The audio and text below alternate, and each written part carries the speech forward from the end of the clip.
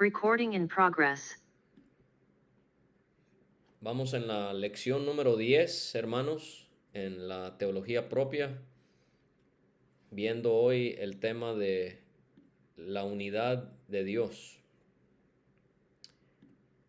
Dentro de la teología propia hemos visto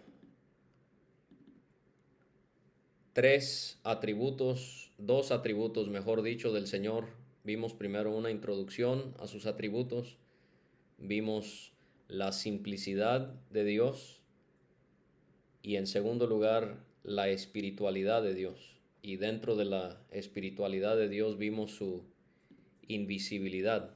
Una de las preguntas en la tarea era tratar de relacionar el hecho de que Dios es simple, espíritu e invisible. Entonces hemos tratado de ver estas perfecciones de Dios. No es que unas no se relacionen la una con la otra, porque hemos visto que Dios, al ser un ser simple, no está compuesto de partes.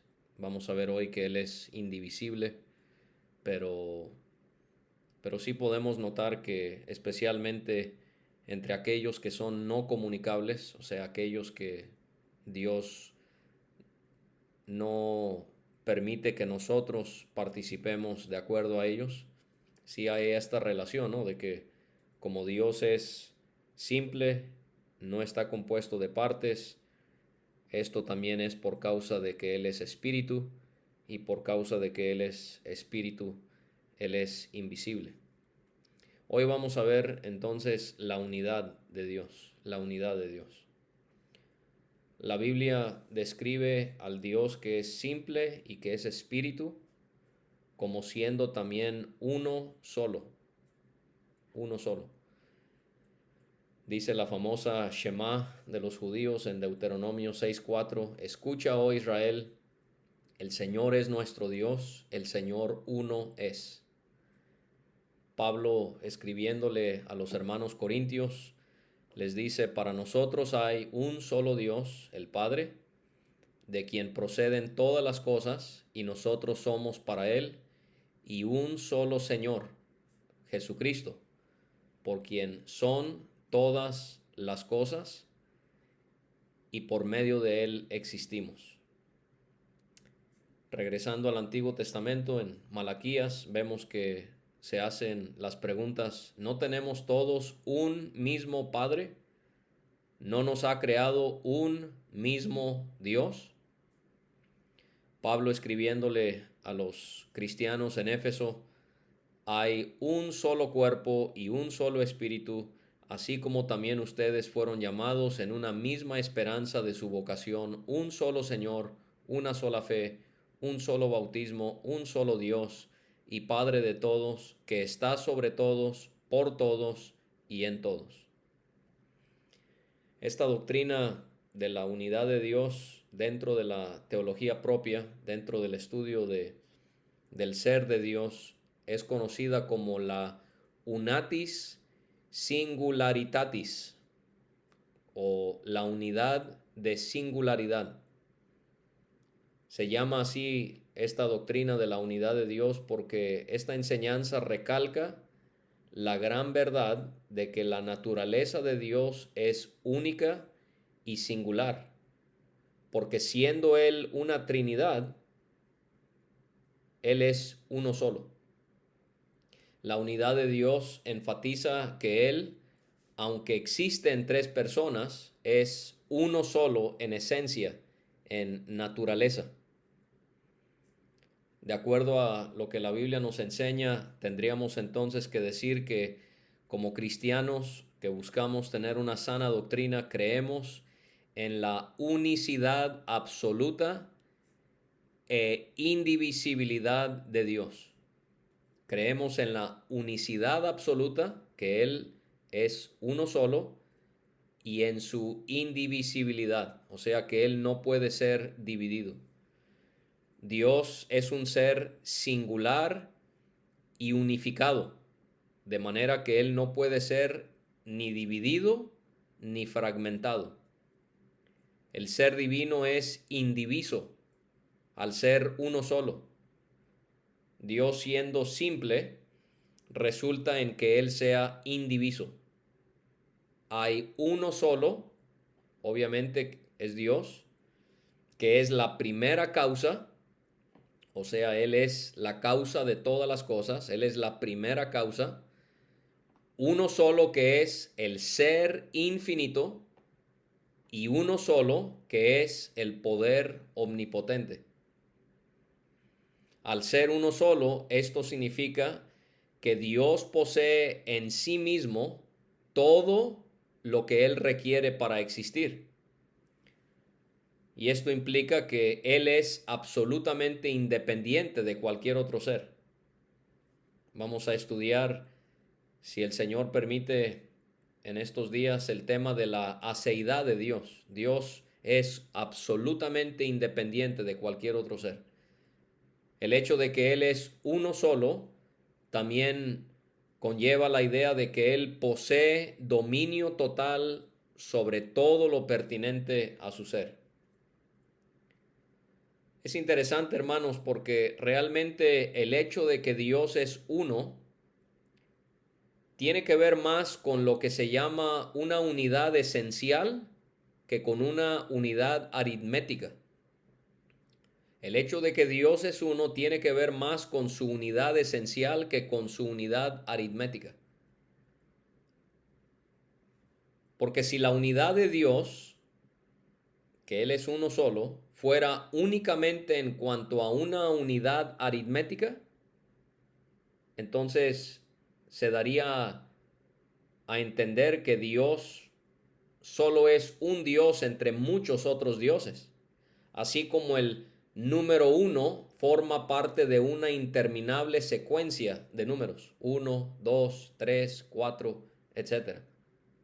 Pero más bien, pareciera ser que cuando Dios se revela como el Dios que es uno solo, un Dios que tiene una perfecta y completa unidad, es que Él es uno de acuerdo a una unidad esencial porque Él es indivisible. Como alguien bien explicó, no hay parte de Dios, ni otro Dios que complete el total. No, la unidad de Dios es interna, ontológica y absoluta. El acto mismo de ser. Dios es totalmente uno en su esencia, sin división interna, sin composición, sin posibilidad de multiplicarse. Cierro cita. Podemos pensar en la luz, por ejemplo.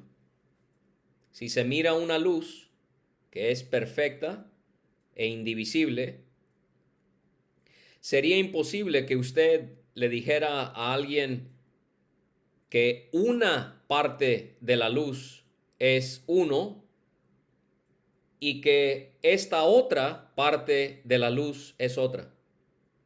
No, si vemos una luz, solo podemos mirar una luz en su totalidad. Por lo tanto, si estamos pensando del Señor en esta manera, tendríamos que decir que Dios es uno en el sentido de lo que implica una unidad esencial, que Él es indivisible.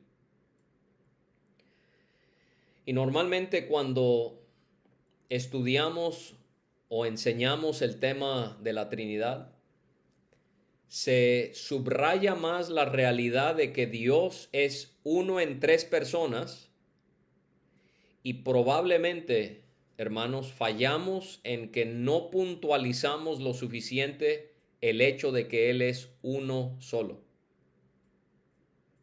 Yo no puedo asumir porque quizás otros no lo hacen de esa manera, pero desde mi perspectiva, yo puedo hablar en lo personal y lo que he oído de otros.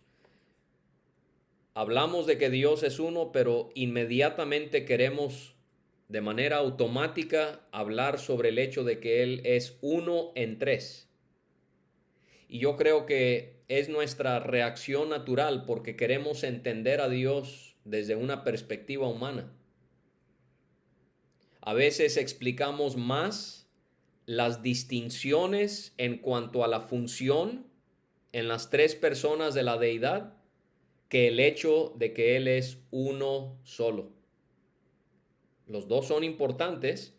Lo que estoy quizás sugiriendo es que no estudiamos, ni enseñamos, ni recalcamos lo suficiente el hecho de que Él es esta unidad esencial. Y tenemos que tener cuidado con esto, porque erramos cuando buscamos concebir al Señor de acuerdo a nuestras capacidades. Una cosa es que Dios se revele a nosotros al compararse analógicamente a nosotros como humanos. ¿Sí? Una comparación analógica es, sí, se hace una comparación entre dos cosas, pero no es del todo completa la comparación. Cuanto más en cuanto a Dios, ¿sí? Dios se compara con nosotros como humanos, pero lo hace de manera analógica. Un ejemplo de esto serían lo que hemos estudiado ya, los antropomorfismos, ¿sí? Donde a Dios se le atribuye una cualidad de humano, que Él tiene manos, que Él tiene un rostro. Esos son antropomorfismos. Eso sería un ejemplo de Dios comparándose con nosotros de una manera analógica. Hay un parecido, pero no es literal. Sabemos que Dios no tiene nada que ver con nuestra esencia, como ya hemos estudiado.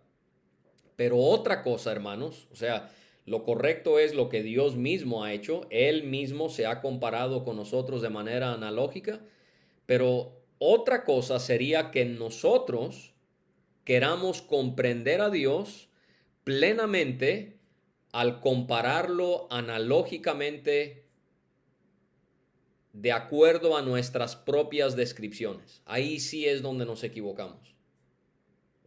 Y vamos a ver que es posible que como nosotros somos personas y nosotros vemos cómo nosotros nos desenvolvemos en un entorno donde hay otras personas, quizás por eso vamos inmediatamente al hecho de que Dios es uno en tres personas. Y voy a sugerirles que aún en eso quizás hay cosas en las que podemos mejorar en la manera en la que lo explicamos. Calvino nos advierte sobre esto en la institución de la religión cristiana. Se lo recomiendo ampliamente que lo lea. Él dice: su inmensidad ciertamente debería disuadirnos de medirlo, obviamente está hablando de Dios, con nuestros sentidos, mientras que su naturaleza espiritual nos prohíbe complacernos en especulaciones carnales o terrenales acerca de Él. Con el mismo propósito, frecuentemente representa el cielo como su morada. Es cierto, en efecto, que siendo incomprensible, también llena la tierra, pero sabiendo que nuestras mentes, fíjese cómo describe Calvino nuestras mentes son pesadas y se arrastran por la tierra. Pero ¿qué hace Dios? Nos eleva por encima de los mundos para que pueda sacudir nuestra pereza e inactividad. Cierro cita. Hermanos, entonces lo que podemos percibir ya desde un inicio es que las doctrinas de la Trinidad y de la unidad de Dios deben siempre crear en nosotros un convencimiento de que no sabemos nada en cuanto al infinito. Nada. Y vamos a estar en la presencia del Señor eternamente. Y aún así, jamás vamos a poder conocer todo lo que Dios conoce de sí mismo, porque Él es infinito. Entonces, eso es lo que queremos. Sí, queremos ser buenos estudiantes y no decir, bueno, nadie entiende la unidad y la Trinidad de Dios, es un misterio y ahí lo vamos a dejar, ¿no? Como estudiantes de la palabra tenemos que esforzarnos en estudiar estos temas, pero al final tenemos que reconocer que el grano de arena que sabemos acerca de Dios no se compara con toda la arena del mundo que aún está por conocerse. Y entonces eso nos debe llevar al plano más alto, que es que la doctrina de la unidad y Trinidad de Dios debe hacernos que adoremos debidamente, al que es uno en tres y tres en uno. Siempre la teología, siempre el estudio de Dios debe llevarnos a exaltarle en todo momento. Ahora, aquí es donde tenemos que ver ya más, por decirlo así, un aspecto tangible de cómo se ve la unidad de Dios, que es una ironía, ¿no? Porque Dios es espíritu, pero ustedes me entenderán cuando digo eso. Y lo que tendríamos que decir, hermanos, que si nosotros creemos realmente en la unidad de Dios, cuando comprendemos que en Él hay un solo intelecto, una sola voluntad y un solo poder creativo. Si yo realmente entiendo que Dios es uno, yo entiendo que aunque Él es tres personas, yo comprendo que en la deidad hay un solo intelecto, una sola voluntad y un solo poder creativo. Esto es algo en lo que nos ayuda muchísimo el credo de Atanasio, que en una de las tareas tuvimos que analizar, si ustedes se acordarán. Y esto es algo que la iglesia creyó de esta manera, vamos a ver, hasta un cierto punto en la historia. Y es esto, que nosotros podemos aseverar que el Padre es eterno, ¿sí? Que el Hijo es eterno, también, y que el Espíritu Santo es eterno, sin ninguna duda. Pero donde no estaríamos correctos es si decimos que hay tres eternos, porque la unidad de Dios nos hace ver que es uno solo que es eterno, Dios, en su esencia, en su naturaleza. Hay un solo ser que es eterno, el cual es Dios, entonces. También otro ejemplo sería, estaríamos en lo correcto si afirmamos que el Padre es omnisciente, ¿correcto? Que el Hijo es omnisciente, sin duda, y que el Espíritu Santo es omnisciente. Pero erraríamos si establecemos que hay tres omniscientes. No, hay uno solo que es omnisciente, Dios. El Padre es Dios, el Hijo es Dios, el Espíritu Santo es Dios. Dios es el único omnisciente. Esto es exactamente lo mismo, hermanos, cuando nosotros entendemos que el Padre es Dios, que el Hijo es Dios y que el Espíritu Santo es Dios, pero nunca vamos a decir que existen tres dioses. No, sabemos que existe uno solo. Así en cuanto a los atributos. Es uno solo, Dios, quien es eterno. Uno solo que es omnisciente, Dios, que también posee esa cualidad. De igual forma, entendemos debidamente esta doctrina de Dios cuando asimilamos que la Trinidad no son las partes o las porciones en las que se divide Dios. Porque cada persona en la Trinidad es plenamente y enteramente Dios. Y aquí es donde entramos en este asunto de las tres personas, y en nuestra mente pudiésemos tener la noción de que, bueno, el Padre es un tercio de lo que Dios es. El Hijo es el otro tercio de lo que Dios es. Y el Espíritu Santo es el tercio restante. No, eso no sería correcto. No, Dios es una esencia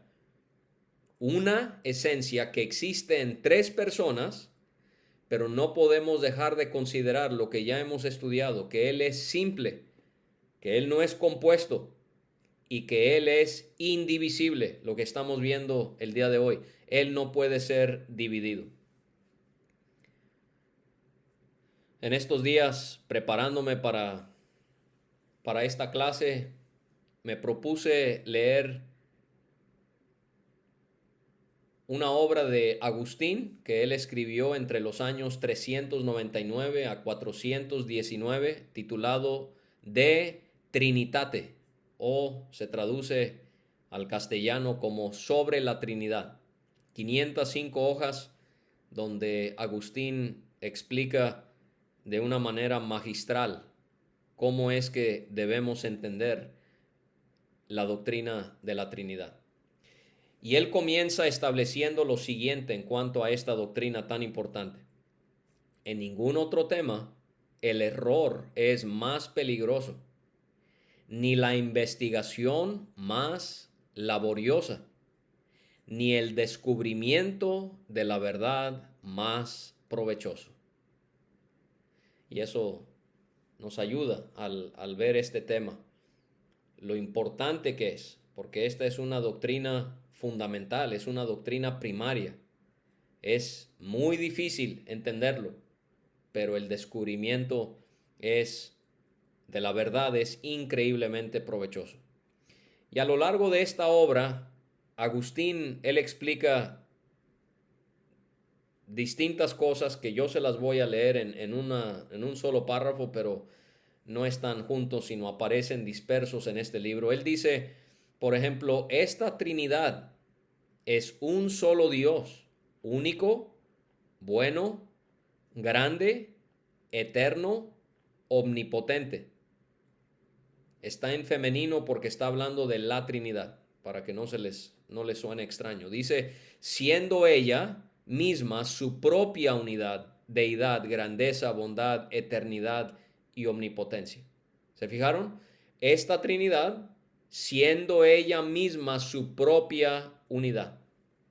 En otra parte de este libro, Agustín escribe, porque el Padre no es la Trinidad, ni el Hijo es la Trinidad, ni el Espíritu Santo es la Trinidad, pero cuando cada uno es hablado singularmente en respecto a sí mismo, entonces no se dice de ellos como tres en plural, sino como uno, la misma Trinidad, como el Padre Dios, el Hijo Dios, el Espíritu Santo Dios. El Padre bueno, el Hijo bueno y el Espíritu Santo bueno. Y el Padre omnipotente, el Hijo omnipotente y el Espíritu Santo omnipotente. Y Agustín está haciendo exactamente el ejercicio que ya hicimos, que es exactamente lo que está en el credo de Atanasio. Él dice, sin embargo, no son tres dioses, ni tres buenos, ni tres omnipotentes, sino un solo Dios, bueno, omnipotente, la misma Trinidad.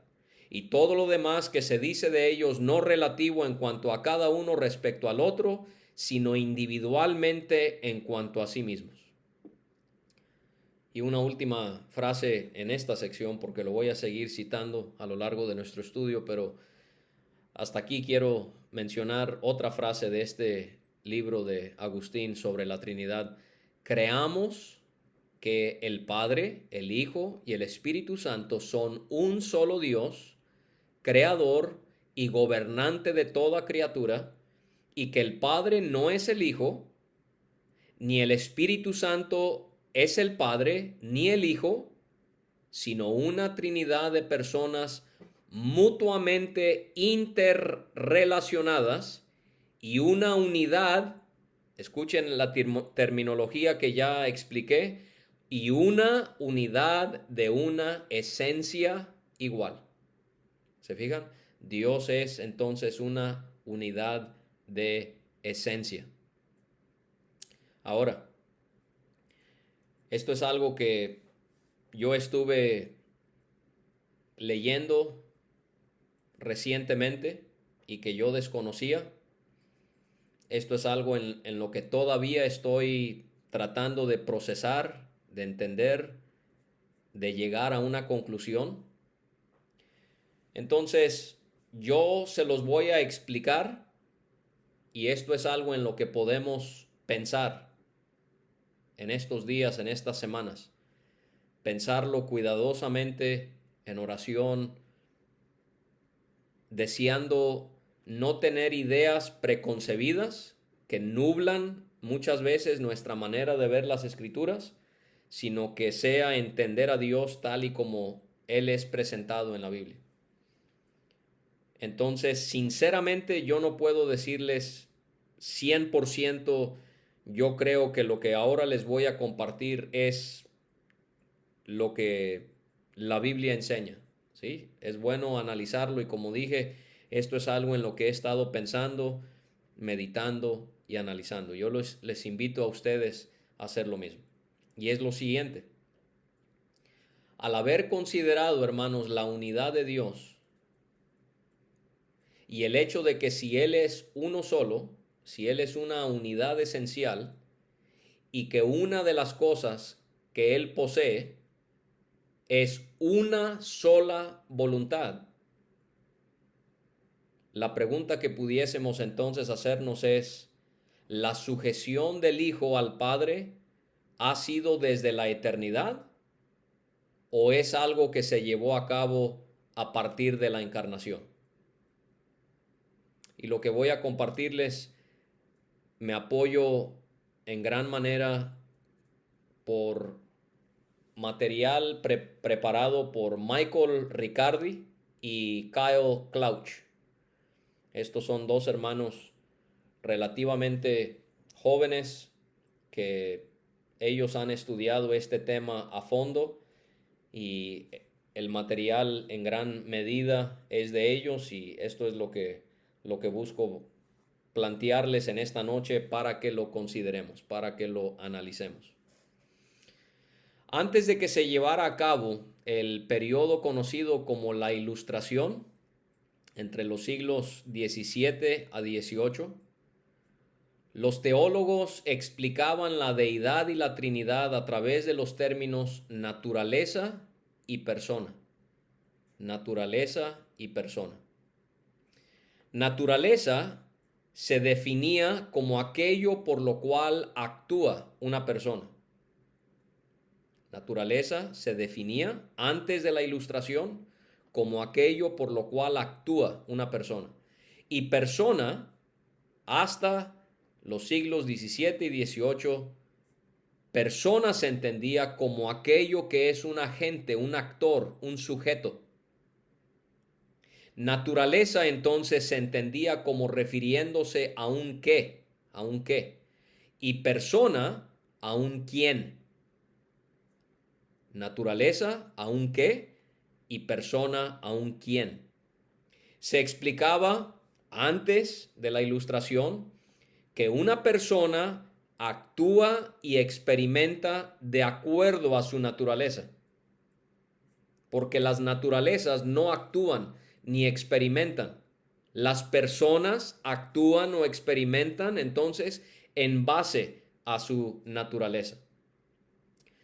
Pero hermanos, a partir de la Ilustración, el mundo comenzó a entender todo a través de la razón y de la ciencia. Y esto afectó al cristianismo. Porque en esa era de la historia se buscó enseñar temas como la Trinidad de acuerdo al razonamiento humano. Lo que se hizo fue algo terrible. Se puso a un lado la revelación de Dios y se le dio prioridad al pensamiento del hombre. Y lo que esto trajo fue que el secularismo rechazó esta extraña idea de que Dios puede ser uno y tres a la vez. Y entonces una de las cosas que se llevaron a cabo por causa de la psicología humana fue confundir la palabra persona con la palabra personalidad. El ser humano dejó de definirse por lo que era, o sea, persona, y comenzó a definirse por cómo era, por las características que poseía, o sea, personalidad. Y lo que ocurrió fue algo como una mezcla de términos, se invirtieron, pero también se mezclaron porque los términos naturaleza y persona se redujeron para ahora solo hablarse de la personalidad como definiendo lo que era el hombre. Entonces, eso fue lo que ellos enseñaron en cuanto al hombre, y los cristianos en ese tiempo de la Ilustración, lamentablemente muchos de ellos no pusieron un alto a eso y adoptaron esta redefinición que se hizo en cuanto a la naturaleza, la persona, y ahora viéndolo como una personalidad, porque ellos querían mostrar que el cristianismo era racional de acuerdo a los pensadores incrédulos. Ahora, en específico, ¿qué tiene que ver todo eso con la Trinidad? En específico, en cuanto a la Trinidad, se comenzó a ver a cada persona de la Trinidad no siendo una sola esencia, sino se comenzaron a ver como tres personas distintas y autónomas, cada uno con sus diversas personalidades. Y esto, por lo que hemos estado viendo, pareciera contradecir completamente lo que la Biblia enseña sobre la unidad de Dios. Después de la Ilustración, las personas de la Trinidad comenzaron a ser vistas como una sociedad de personalidades. Ya no se percibía a Dios como siendo tres quienes, o sea, personas, subsistiendo en un qué, o sea, su naturaleza, sino tres centros de conciencia operando cada uno por las distinciones de su personalidad, que son la mente, la voluntad y la agencia. Voy a repetirlo para que esto quede cimentado en nuestra mente.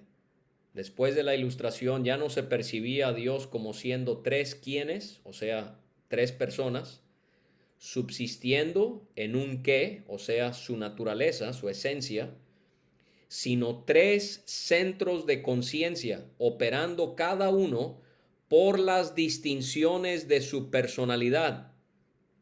O sea que se comenzó a definir en cuanto a mente, voluntad y agencia, su personalidad, y no en base a naturaleza y persona.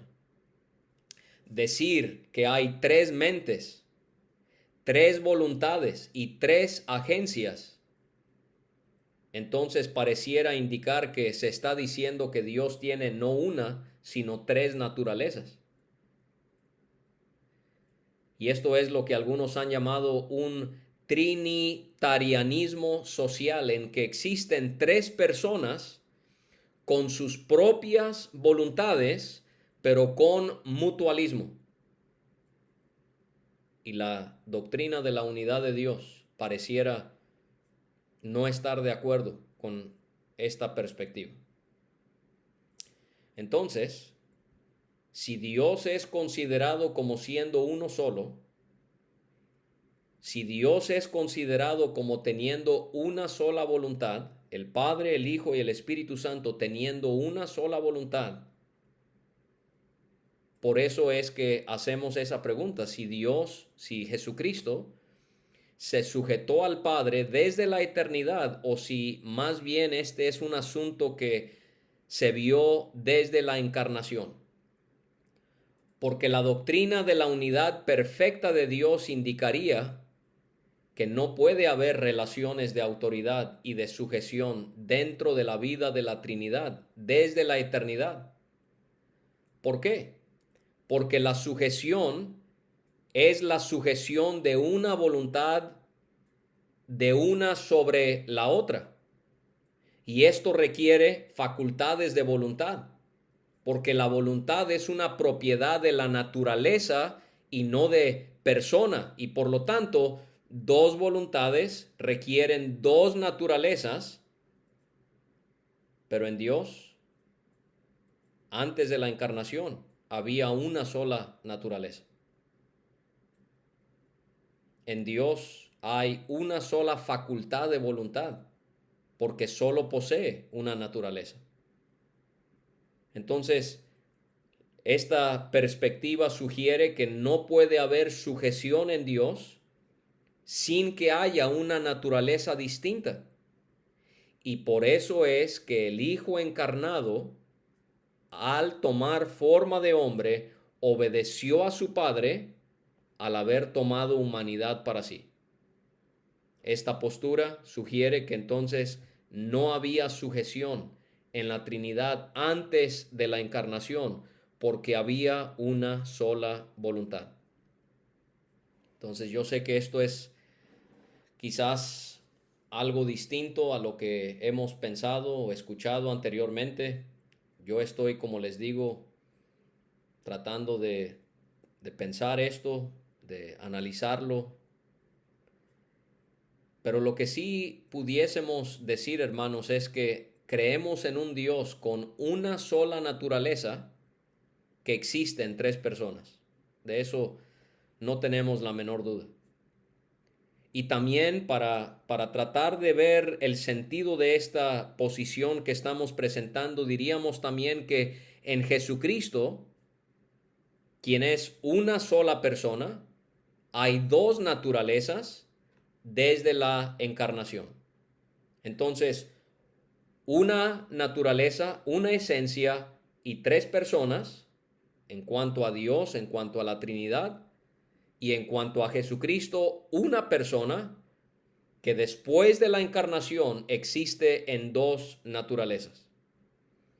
Jesucristo se encarnó y de esta manera Él comenzó a subsistir en dos naturalezas, una naturaleza divina y una naturaleza humana. Él no comenzó a ser dos personas, ¿no? Sino una sola persona con dos naturalezas.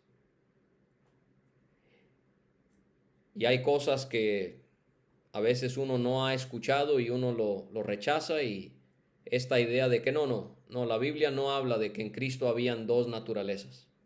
¿Seguros? Porque si yo voy a Filipenses 2, Agustín ayuda a explicar que es importante interpretar los pasajes en la Biblia sobre Cristo en las Escrituras y distinguirlos como refiriéndose a dos reglas que él maneja en base a Filipenses 2. En forma de Dios o en forma de siervo. Ese es el lenguaje bíblico. Filipenses 2 presenta a Cristo en forma de Dios y presenta también a Cristo en forma de siervo. Agustín explicó que un pasaje de Cristo siendo en forma de Dios sería, por ejemplo, Juan 10:30, yo y el Padre uno somos. Y un pasaje de Cristo siendo en forma de siervo sería, por ejemplo, Juan 6:38, he descendido del cielo no para hacer mi voluntad, sino la voluntad del que me envió. Ahora, si el Señor llegó a tener dos naturalezas, esto significa que Él llegó a tener dos voluntades, una voluntad divina y una voluntad humana. Si pensamos que la voluntad es una propiedad de la persona y no de la naturaleza, pensaríamos que Cristo, quien es una persona, solo tuvo una sola voluntad al encarnarse. Pero al ser la voluntad, hermanos, una propiedad de la naturaleza y no de la persona, tenemos entonces que llegar a la conclusión de que Cristo llegó a tener dos voluntades al hacerse hombre, una humana y una divina. Y estas son cosas que se han afirmado a lo largo de la historia de la Iglesia hasta el periodo de la Ilustración, de la Iluminación. Por ejemplo, en el Concilio de Calcedonia, en el año 451, se determinó que si Cristo no asumió una parte de la humanidad, si Él no asumió una parte de la humanidad, entonces esa parte del hombre no es sanada. Pero Él, para poder sanar nuestra voluntad humana, Él debió haber asumido una voluntad humana. Cristo se encarnó, Y él tuvo un alma racional y tuvo un cuerpo como lo tenemos nosotros, obviamente él sin pecado. Su alma racional fue el medio por el cual él pensaba, él entendía y él tomaba decisiones como hombre. En el concilio de Calcedonia se distinguió esa alma racional de su personalidad y fue parte de su naturaleza humana que asumió para ser consustancial con nosotros. En este concilio se ubicó a la voluntad en el alma y al alma en la naturaleza y no en la persona. Si la voluntad fuese en la persona, hermanos, Cristo tuvo que haber adoptado una segunda voluntad, una segunda naturaleza. Si Cristo no asumió un alma racional como la nuestra, entonces nuestra alma no sería salvable. No, Jesús fue un hombre genuino, 100% Dios, pero también 100% hombre. Y un hombre genuino tiene voluntad. Jesucristo tomó decisiones por medio de sus voluntades. Y negar esto es negar la humanidad genuina de nuestro amado Señor.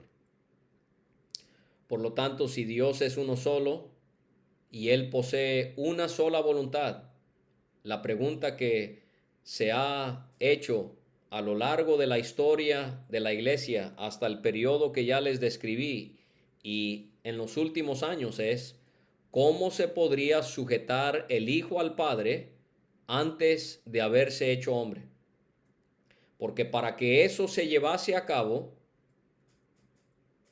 pareciera indicar esta postura que Jesucristo tuvo que asumir una segunda naturaleza. Otra vez, al tener Dios una sola voluntad, no era posible que las tres personas de la Trinidad se sujetasen a la voluntad de alguien más en la deidad. Y para que eso se llevara a cabo, Dios tuvo entonces que asumir otra facultad de voluntad. Y esto ocurrió en la encarnación. Es, por ejemplo, con el tema de la simplicidad de Dios, o que Él es espíritu, que Dios, que es espíritu, que es inmutable, no puede cambiar, pero tomó forma de hombre. ¿Cómo se explica eso? De la misma manera en la que se parece sugerir, lo que se parece indicar aquí, que sí, ciertamente Dios no puede cambiar. Y la manera en la que lo entendemos es: la naturaleza divina de Cristo no fue alterada.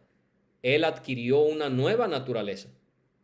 Y de esa manera podemos reconciliar esas verdades que he mencionado. Entonces, es llamativo que hasta el periodo de la Ilustración, la creencia en términos generales en la iglesia fue que el Hijo en la eternidad, antes de la encarnación, subsistió solo en la única e indivisible voluntad divina. Él tenía una sola voluntad, porque Dios posee en su esencia una sola voluntad. Y estos hermanos, ellos plantean diversas objeciones que comúnmente se plantean en cuanto a todo esto. O sea, no estar de acuerdo en que Jesucristo, en cuanto a su sujeción, esto haya sido a raíz de su encarnación y no desde la eternidad. Una objeción es: al llamárseles Padre e Hijo, se da por entendido que el Hijo tendría que sujetarse al Padre desde la eternidad, porque el Padre es Padre y el Hijo es Hijo. Pero aquí es donde es importante ver la historia de la iglesia, porque hasta ese tiempo de la Ilustración, este asunto no se veía, hermanos, como refiriéndose a relaciones eternas de autoridad y sujeción, sino a relaciones eternas de origen. En otras palabras, esto indicaría que el Padre es llamado Padre porque Él eternamente engendra al Hijo. Y el Hijo es llamado así porque es eternamente engendrado por el Padre. De paso, también el Espíritu Santo es llamado así porque Él es eternamente lo que se dice, expirado o exhalado por el Padre y el Hijo. De manera que se puede decir también lo siguiente: el Padre es ingénito, o sea, Él no es engendrado, porque Él no procede de nadie.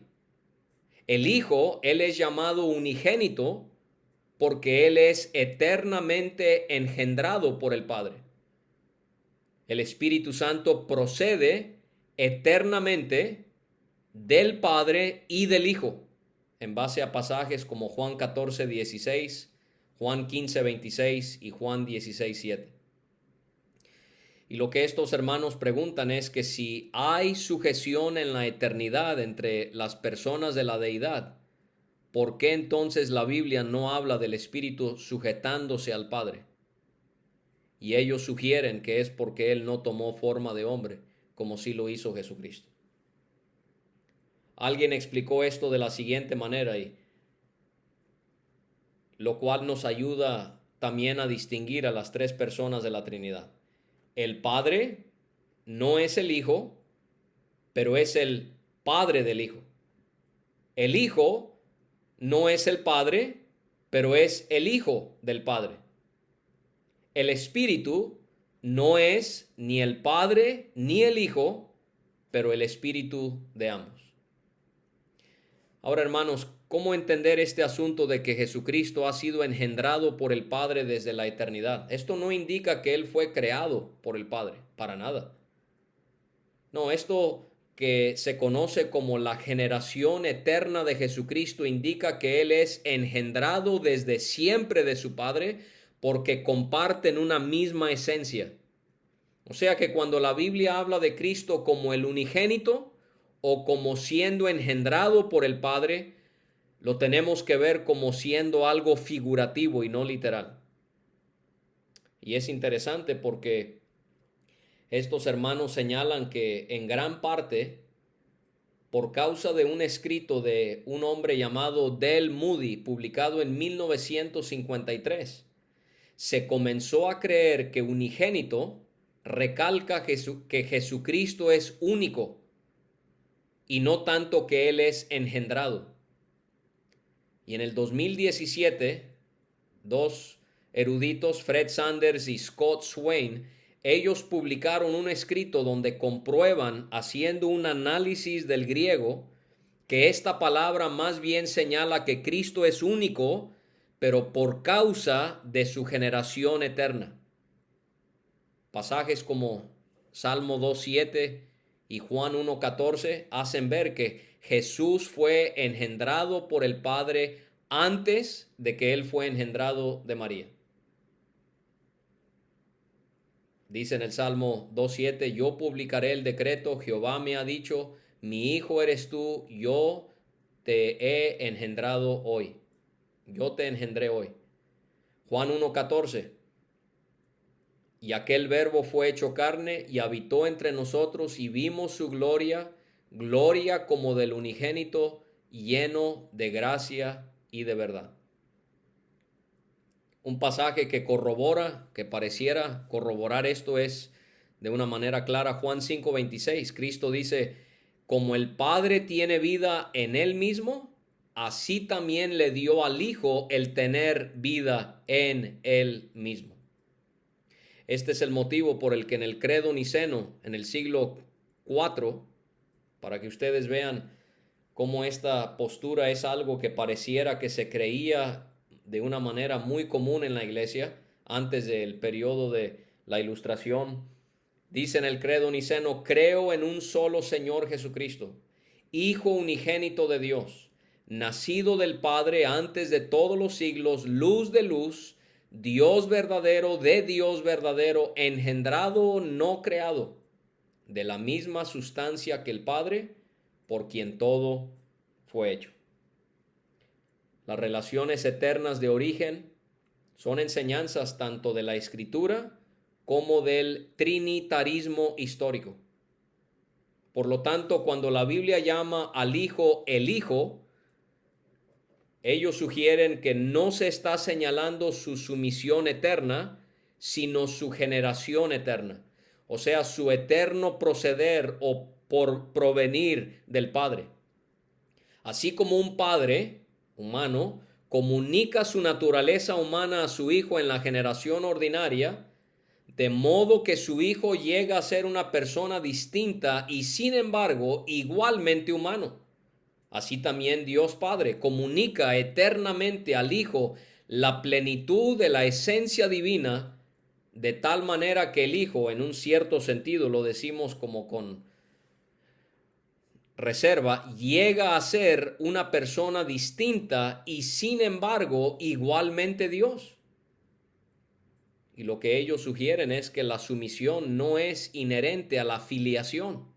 De hecho, Juan 5:18 dice que cuando Jesús se llamaba a sí mismo Hijo del Padre, ¿de qué le acusaron los judíos? De que estaba haciéndose igual a Dios. Y dice Ricardo, y por tanto ser hijo no es someterse. Ser hijo es ser igual al Padre y al mismo tiempo ser del Padre.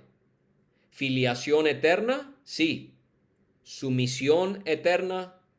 No. Esa es una primera objeción a esta postura. La segunda es el hecho de que el Padre envió al Hijo, demuestra que Él se sujetó a Él desde la eternidad. Y hay muchos pasajes, especialmente en el Evangelio de Juan, que hacen ver eso, que el Señor Jesús fue enviado por el Padre. No podemos leerlos todos, pero ustedes lo pueden buscar en el tiempo que tengan. Ahora ellos sugieren que esto no puede referirse a un movimiento de un lugar a otro porque la presencia de Dios llena toda la tierra. Y aquí es donde Agustín explica que estos pasajes se deben interpretar de acuerdo a la generación eterna de Cristo y no como refiriéndose a sumisión o subordinación. Él escribió: no porque uno sea mayor y el otro menor, o podríamos decir, no porque uno tenga autoridad y el otro sea sumiso, sino porque uno es el Padre y el otro el Hijo. Uno es el que engendra y el otro el engendrado. El primero es aquel de quien procede el enviado, el otro es aquel que es del que envía. O sea, Agustín pareciera decir entonces que estas procesiones divinas, que son eternas, del hecho de que el Hijo es engendrado del Padre y que el Espíritu Santo es expirado por el Padre y por el Hijo, fundamentan, dirigen y dan forma a las misiones divinas temporales. En otras palabras, el Hijo es enviado del Padre en el tiempo porque en virtud de la generación eterna, el Hijo es del Padre desde toda la eternidad. Pero Agustín no se queda ahí. Él también argumenta que ser enviado no implica sumisión en virtud de otro punto muy importante en lo que se creía comúnmente en ese tiempo por la iglesia en cuanto a la Trinidad, y es la doctrina de las operaciones inseparables. Esta doctrina relacionada a la Trinidad de las operaciones inseparables enseña que las tres personas de la Trinidad actúan cada una conforme al mismo principio de acción, es decir, la naturaleza divina, y puesto que, número 2, esa naturaleza divina nunca puede dividirse, entonces, número 3, tampoco pueden dividirse las obras divinas. Todo acto externo que Dios realiza es obrado por las tres personas de la Trinidad. John Owen, el puritano del siglo XVII, él expresó lo siguiente en cuanto a las personas de la Trinidad: indivisas en sus operaciones, actuando todas por la misma voluntad, la misma sabiduría, el mismo poder, Cada persona, por tanto, es autora de toda obra de Dios y la naturaleza divina es el mismo principio indiviso de todas las operaciones divinas. Ahora, esto no significa que las tres personas de la Trinidad no pueden distinguirse en su obrar. La Escritura a menudo apropia las obras divinas a una persona de la Trinidad, conforme a sus propiedades personales. Pero como señala un teólogo, abro cita, cuando un texto bíblico menciona la obra de una persona divina, esto no debe entenderse como la exclusión de las otras. Y esto lo podemos comprobar cuando vemos y leemos acerca de que los tres, Padre, Hijo y Espíritu, crearon el universo. O que los tres, Padre, Hijo y Espíritu Santo, estuvieron involucrados en la resurrección de Jesucristo. Pero lo que esto sugiere es que sería incorrecto leer un texto que habla, por ejemplo, sobre la fidelidad de Dios y entenderlo como refiriéndose al Padre y decir que el Hijo no es fiel o que el Espíritu Santo tampoco lo es. No, si leemos que Dios, el Padre, es fiel, se entiende que como Dios es una sola esencia en tres personas, tanto el Padre, el Hijo y el Espíritu Santo también lo son. Cuando la Escritura dice que el Padre envió al Hijo al mundo, dicen estos hermanos, no debemos imaginar que el Hijo mismo o el Espíritu está excluido de ese acto de envío. Esto es interesante. Agustín lo ilustra de una manera muy llamativa. Él pregunta, ¿de qué manera envió Dios a su Hijo? ¿Le dijo que viniera, dándole una orden que él obedeció viniendo? ¿O se lo pidió? ¿O simplemente se lo sugirió? Pues cualquiera que haya sido el modo, ciertamente fue hecho por la palabra. Pero la palabra de Dios es su Hijo. Así que cuando el Padre lo envió por medio de la palabra, lo que ocurrió fue que fue enviado por el Padre y por su palabra. Por tanto, es por el Padre y por el Hijo que el Hijo fue enviado, porque el Hijo es la palabra o el verbo del Padre. Agustín añade en cuanto a esto, qué maravilla entonces que sea enviado, no porque sea desigual al Padre, sino porque es una pura emanación que brota de la gloria del Dios omnipotente. Y entonces estos hermanos, ellos sugieren que cuando uno lo ve de este ángulo, la encarnación entonces toma otra dimensión, porque nos damos cuenta realmente de lo mucho que se humilló Jesucristo, que Él desde ese momento mostrara esa sujeción, esa obediencia de esa manera a su Padre.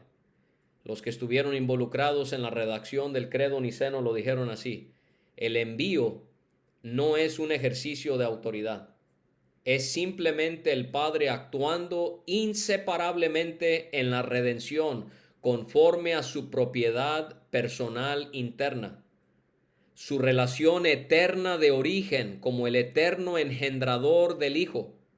Aquel que engendra eternamente al Hijo envía al Hijo en el tiempo. Aquel que es del Padre eternamente es enviado del Padre en el tiempo.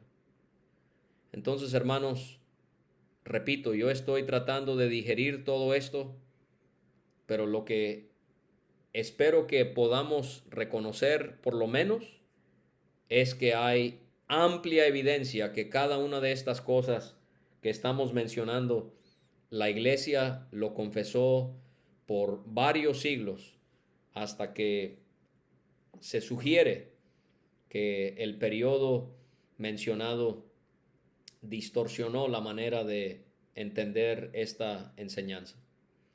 Una tercera objeción es la sujeción mostrada por Cristo después de su encarnación debe verse de manera retroactiva para describir también lo que ocurrió en la eternidad. O sea, Algunos dicen, no, Cristo sí se sujetó en la eternidad porque al encarnarse y después de que Él ascendió, hay muestras de que Él se sujeta a la voluntad de su Padre. Por ejemplo, Juan 5:19, en verdad les digo que el Hijo no puede hacer nada por su cuenta, sino lo que ve hacer al Padre, porque todo lo que hace el Padre, eso también hace el Hijo de igual manera. Juan 14:28, el Padre es mayor que yo. O en cuanto a un día futuro, 1 Corintios 15:28, cuando todo haya sido sometido a Él, entonces también el Hijo mismo se sujetará a aquel que sujetó a Él todas las cosas, para que Dios sea todo en todos. Y entonces una postura diría, es muy claro, así como Jesucristo se sujetó al Padre aquí durante su encarnación, y cómo lo hará en un día futuro, tiene que ser la misma manera en la que el Hijo se sujetó a su Padre en la eternidad pasada.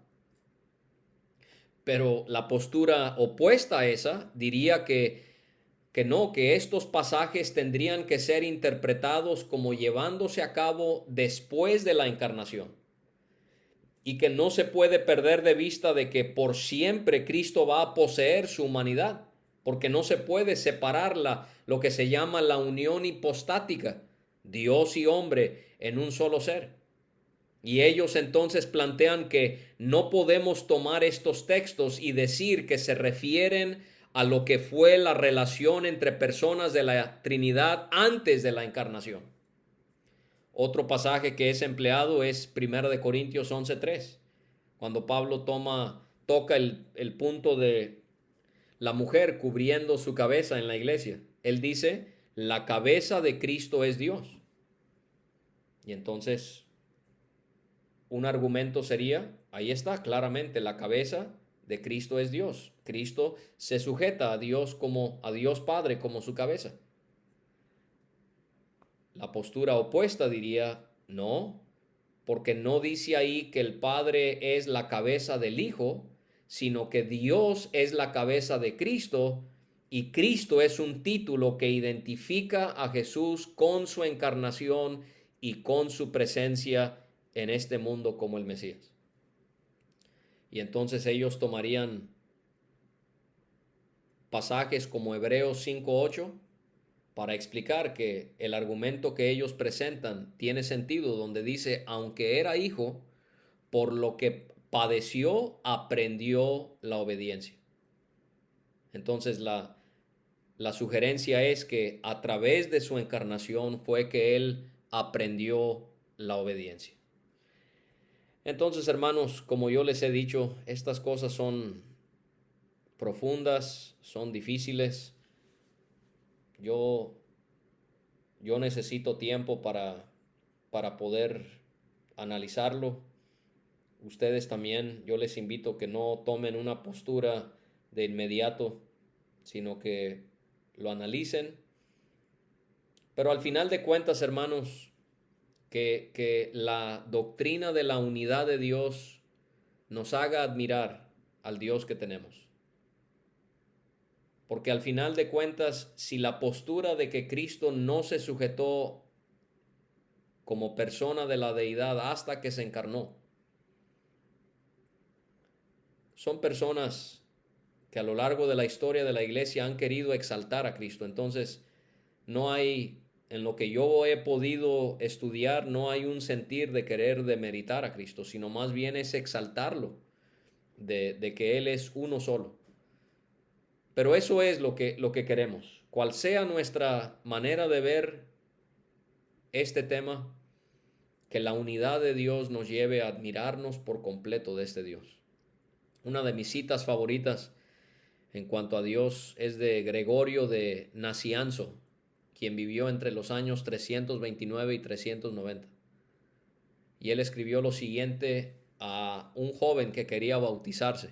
Imagínense cómo me gustaría a mí poder hablarle a alguien así, a un hermano que quiere bautizarse, a alguien que apenas va empezando en la fe. Y Gregorio de Nacianzo habló de esta manera: esto te doy para que compartas y defiendas toda tu vida la única divinidad y poder que se encuentra en los tres en unidad y que comprende a los tres por separado, no desiguales en sustancias o naturalezas, ni aumentados ni disminuidos por superioridades o inferioridades, en todos los aspectos iguales, en todos los aspectos, así como la belleza y la grandeza de los cielos son una, la conjunción infinita de tres infinitos, cada uno Dios considerado en sí mismo, como el Padre, así el Hijo, como el Hijo, así el Espíritu Santo, el Dios tres, uno, cuando se contemplan juntos, cada uno Dios porque es consustancial. Y esto a mí me asombra tanto de lo que dice Gregorio. Tan pronto como concibo al uno, soy iluminado por el esplendor de los tres. Tan pronto como los distingo, soy transportado de regreso al uno. Cuando pienso en uno de los tres, pienso en él como el todo. Y mis ojos se llenan, y la mayor parte de lo que estoy pensando se me escapa.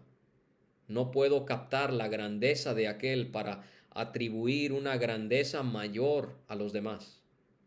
Cuando contemplo a los tres juntos, solo veo una antorcha y no puedo dividir ni medir la luz indivisa.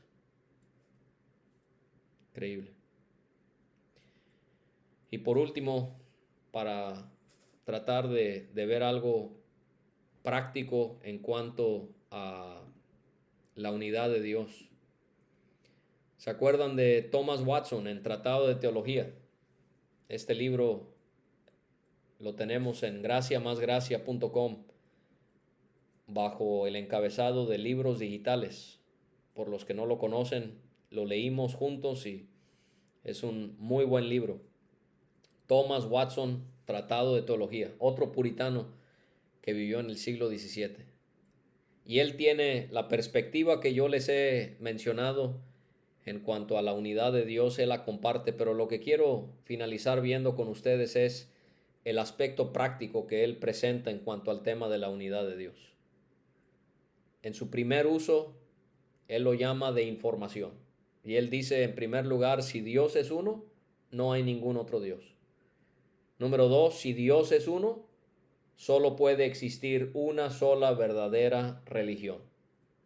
Pablo habla en Efesios 4 de una fe, el cristianismo, nuestra fe. ¡Qué bendición! Hay una sola verdadera religión.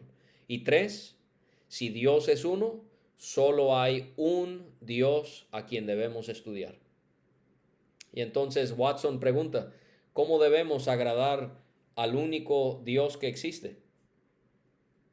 En primer lugar, él dice, cumplir su voluntad. En segundo lugar, cumplir con el servicio que él nos encomienda. En tercer lugar, dedicarle todo lo que somos. En cuarto lugar, orarle a nadie más, sino solo a Dios. Y en quinto lugar, amarle por encima de todo. En su segundo uso, que lo llama de precaución, él enseña que si Dios es uno, en primer lugar, no debemos hacernos un Dios de algún placer. No, Dios debe ser nuestro máximo, supremo placer. En segundo lugar, no debemos hacernos un Dios del dinero. En tercer lugar, no debemos hacernos un Dios de nuestros hijos. En cuarto lugar, no debemos hacernos un Dios de nuestros vientres. Y termino con el quinto uso de Watson sobre la unidad de Dios, que lo llama de gratitud. Y qué hermoso, porque él dice, ¿qué razón tenemos para estar agradecidos por conocer al único Dios verdadero? ¿Cuántos han crecido ciegos? Algunos adoran a Mahoma, muchos adoran al diablo, le encienden una vela para que no les haga daño. Quienes desconocen al Dios verdadero deben caer en la oscuridad del infierno. Oh, agradezcamos haber nacido en una tierra como esta, donde ha brillado la luz del Evangelio. Conocer al Dios verdadero es más que tener minas de oro, rocas de diamantes, islas de especias, especialmente si Dios se nos ha revelado para salvación. Si nos ha dado ojos para ver la luz, si conocemos a Dios de tal manera que podemos ser conocidos por Él, amarlo y creer en Él, Mateo 11:25, nunca estaremos lo suficientemente agradecidos a Dios por haber ocultado su conocimiento de sí mismo a los sabios y prudentes del mundo y habérnoslo revelado a nosotros. La unidad de Dios, hermanos, nos lleva a conocer más a nuestro Señor, a querer servirle de corazón y adorarle en todo momento de nuestras vidas.